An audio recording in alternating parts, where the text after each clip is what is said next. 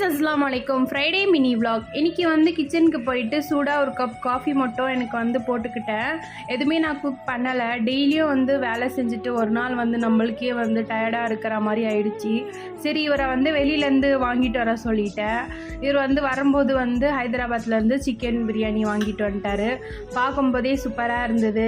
சரின்ட்டு அவரே வந்து போட்டு கொடுத்துட்டாரு. நானும் அவரும் வந்து சேர்ந்து சாப்பிட்டுட்டோம்.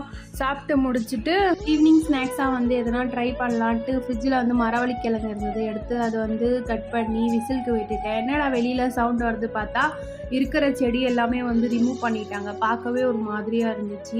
சரின்ட்டு வேக வச்சு அது வந்து அடிச்சிட்டு வந்துட்டேன். அது வந்து ஆறின உடனே அடிச்சிட்டு மாவு, வெங்காயம், அப்புறமா கொத்தமல்லி, கருவேப்பிலை, பச்சை மிளகா, அப்புறமா உப்பு போட்டு நல்லா வந்து மிக்ஸ் பண்ணி ஆயில் போட்டு போண்டா மாதிரி பண்ணிட்டேன். சூப்பராக இருந்தது. ட்ரை பண்ணி பாருங்கள். இன்னைக்கு டே